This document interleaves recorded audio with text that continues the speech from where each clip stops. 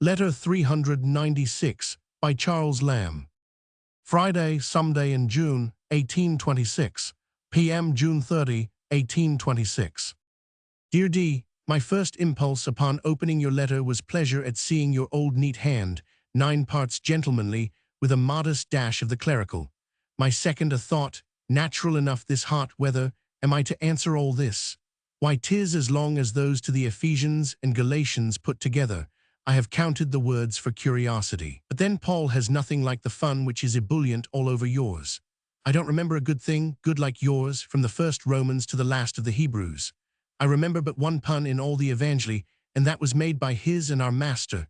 Thou art Peter, that is Dr. Rock, and upon this rock will I build and see, which sanctifies punning with me against all gainsayers.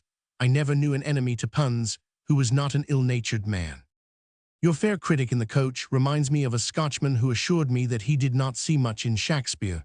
I replied, I dare say not.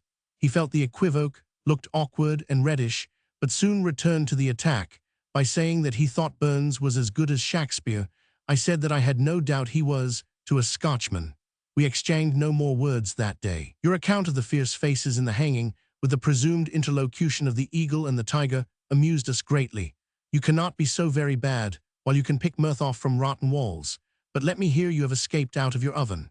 May the form of the fourth person who clapped invisible wet blankets about the shoulders of Shadrach, Meshach, and Abednego be with you in the fiery trial. But get out of the frying pan. Your business, I take it, is bathing, not baking. Let me hear that you have clambered up to Lover's Seat. It is as fine in that neighborhood as Juan Fernandez, as lonely too, when the fishing boats are not out. I have sat for hours, staring upon a shipless sea. The salt sea is never so grand as when it is left to itself. One cockboat spoils it, a seamew or two improves it, and go to the little church, which is a very Protestant Loretto, and seems dropped by some angel for the use of a hermit, who was at once parishioner and a whole parish. It is not too big. Go in the night, bring it away in your portmanteau, and I will plant it in my garden. It must have been erected in the very infancy of British Christianity, for the 2 or 3 first converts. Yet hath it all the appurtenances of a church of the first magnitude, its pulpit, its pews, its baptismal font, a cathedral in a nutshell. 7 people would crowd it like a Caledonian chapel. The minister that divides the word there must give lumping pennyworths. It is built to the text of 2 or 3 assembled in my name. It reminds me of the grain of mustard seed. If the glebe land is proportionate, it may yield 2 potatoes. Tithes out of it could be no more split than a hair. Its first fruits must be its last, for 'twould never produce a couple. It is truly the straight and narrow way, and few there be of London visitants that find it.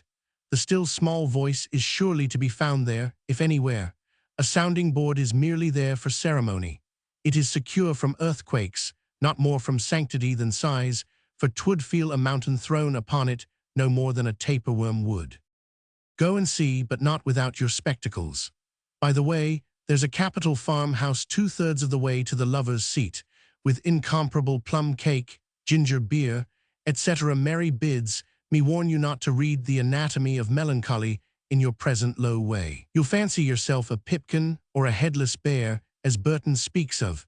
You'll be lost in a maze of remedies for a labyrinth of diseasements, a plethora of cures. Read Fletcher, above all the Spanish curate, the thief or little night-walker, the wit without money, and the lover's pilgrimage.